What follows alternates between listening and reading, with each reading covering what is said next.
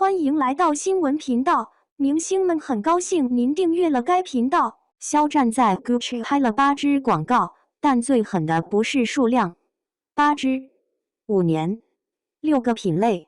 這組數字昨天出來之後，粉絲在轉，營銷號在轉，連 Gucci 自己都在轉，所有人都在說斷層天花板沒有短板。但我看完這幾張圖，第一反應不是挖8支。是這個人活過了2任創意總監。你要知道，奢侈品行業換創意總監意味着什麼？新官上任，第一件事不是畫設計圖，是換人，換模特，換代言人，換攝影師，換整個視覺體系。Alessandro Michele 時期的 Gucci 面孔，到了 Sabato di Sarno 手裡幾乎換了一遍。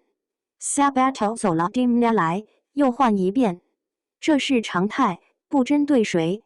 但肖戰沒被換，不但沒被換，還升級了。Sabato 上任後第一支全球廣告用的亞洲面孔是他。Demna 上任後第一季時裝秀的全球成衣廣告，站在 C 位的也是他。2任總監，風格從華麗復古到極簡輕奢再到暗黑性感，他全接住了。這比8支廣告難多了。先說這8支都是什麼？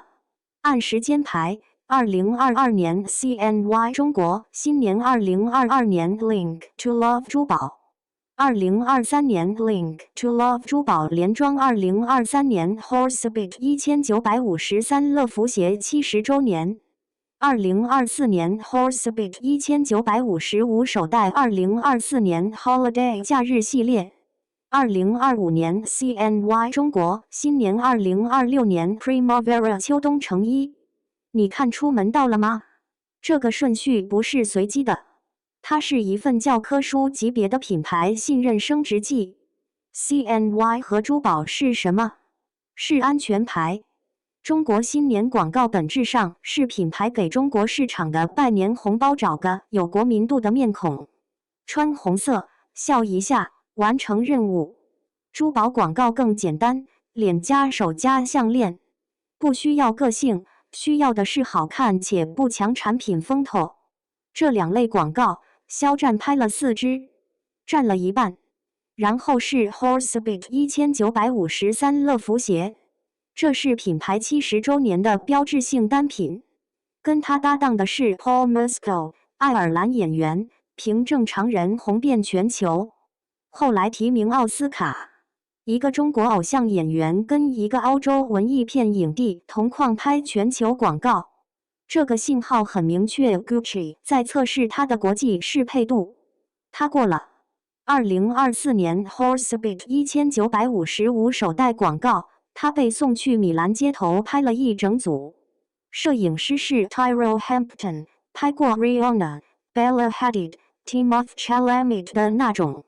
這組片子裡，他不再是穿紅衣服笑的中國明星，而是一個在米蘭街頭散步的男人，背着包走過建築轉角，在黃昏裡停下來，有氛圍，有故事，有情緒。然後是 Holiday 2024全球假日廣告，陣容是什麼？ Jessica Chastain、Kendall Jenner、Jannik Sinner、Dakota Johnson、Solange Knowles。肖戰和倪妮作為亞洲代表在列，這不是給中國市場的特供內容，是全球統一投放的品牌形象。到這一步，他已經從中國區安全牌打到了全球陣容成員，但還差最後一步，成衣，正季成衣，這是皇冠上的明珠，手袋、鞋履、珠寶、CNY， 這些都是品類廣告。服務的是某個產品線的銷售，但正季成衣廣告服務的是品牌形象本身，是創意總監這一季想說什麼的視覺宣言。能出鏡正季成衣全球廣告的面孔，意味着你是這個品牌當下最想讓全世界看到的人。Primavera 2026就是 Demna 接手 Gucci 後的第一季時裝秀，首秀，首季成衣廣告。肖戰站在最前面 ，WWD 用它做了頭版封面。上海豐盛裡的 Gucci 手繪藝術牆第3次為他更新，業內唯一3年連拿3支專屬牆繪廣告的藝人，全球城市大屏鋪開，這不是又一支廣告，這是加冕。說回畫面本身，照片裡最抓眼的其實是 Primavera 那幾張，有一張他半躺在翠綠色絲絨沙發上，身後是古典風景壁畫，像把18世紀意大利莊園直接搬進了廣告裡。金色長褲，黑色上衣，身體攤得很鬆，一隻手搭在沙發靠背上，那個綠很絕，不是 Gucci 以前那種復古做舊的墨綠，是 Demna 手裡那種飽和到近乎油畫顏料的翠綠。金色長褲在綠光裡反着暖調，整幅畫面像一幅文藝復興肖像畫，但畫中人是個21世紀的亞洲男人。另一張更狠，米金色大馬士革花紋壁紙，他坐在地上，全黑，雙腿分開，手撐在身後，頭頂一束光打下來，在牆上投出一個很大的影子。這張幾乎沒有產品露出，沒有 logo， 沒有配飾，只有人、光、牆。但這張最有力量，他的眼神不是在拍廣告，是在看什麼，眉頭微鎖，嘴唇緊閉，像在等一個人，又像剛做了一個決定。還有一張銅綠沙發，但角度換了，他側身躺着，暗色衣服，臉朝向鏡頭，但眼睛看向別處。這張更私密，不像硬廣，像休息室裡被偷拍到的一瞬間。3張圖，3個姿態，3種情緒，但都在同一個視覺體系裡，古典油畫質感，濃郁色彩，明暗對比。Demna 在這組廣告裡說得很清楚 ，Gucci 不是街頭品牌，不是網紅品牌，是意大利奢侈品牌，有歷史，有繪畫，有絲絨沙發和壁畫牆的那種。而肖戰是他選擇來講這個故事的人。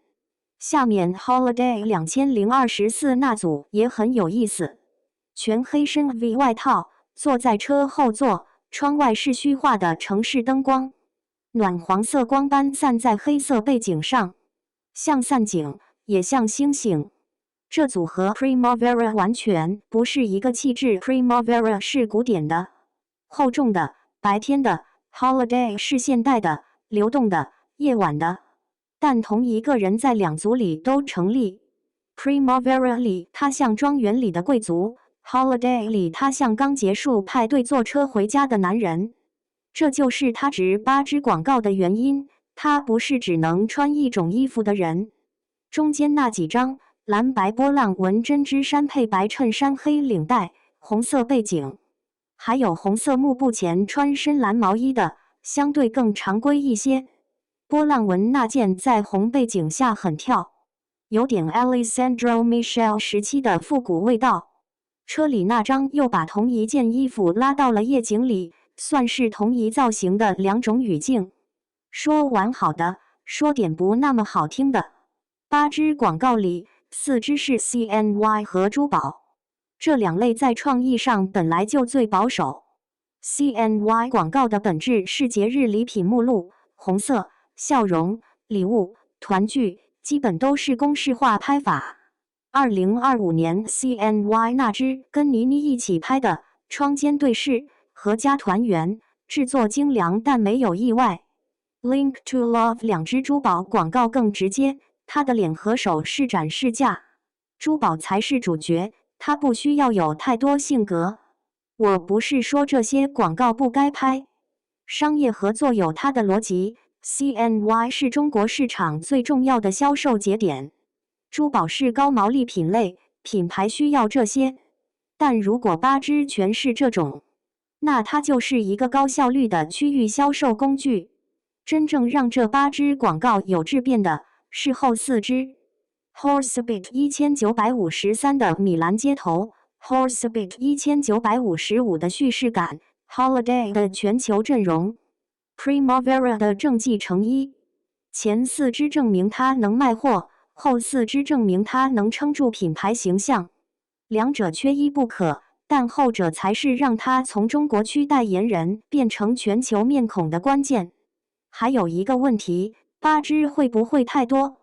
奢侈品代言人最怕的不是曝光少，是過度曝光。當你的臉出現在每一個品類、每一個節點、每一個渠道，稀缺感就會被稀釋。Hermes 幾乎不做明星代言。Loro Piana 的代言面孔你可能一個都叫不出名字，但他們的品牌高度反而更穩。不過 Gucci 現在的處境不同，它正處在創意總監換屆的轉型期。Demna 需要快速建立新的視覺認知，需要一個能同時連接東方市場和全球話語的面孔。肖戰在這個時間點的高密度曝光，與其說是 Gucci 在消費它，不如說是雙方在互相借勢，這是一場等價交換。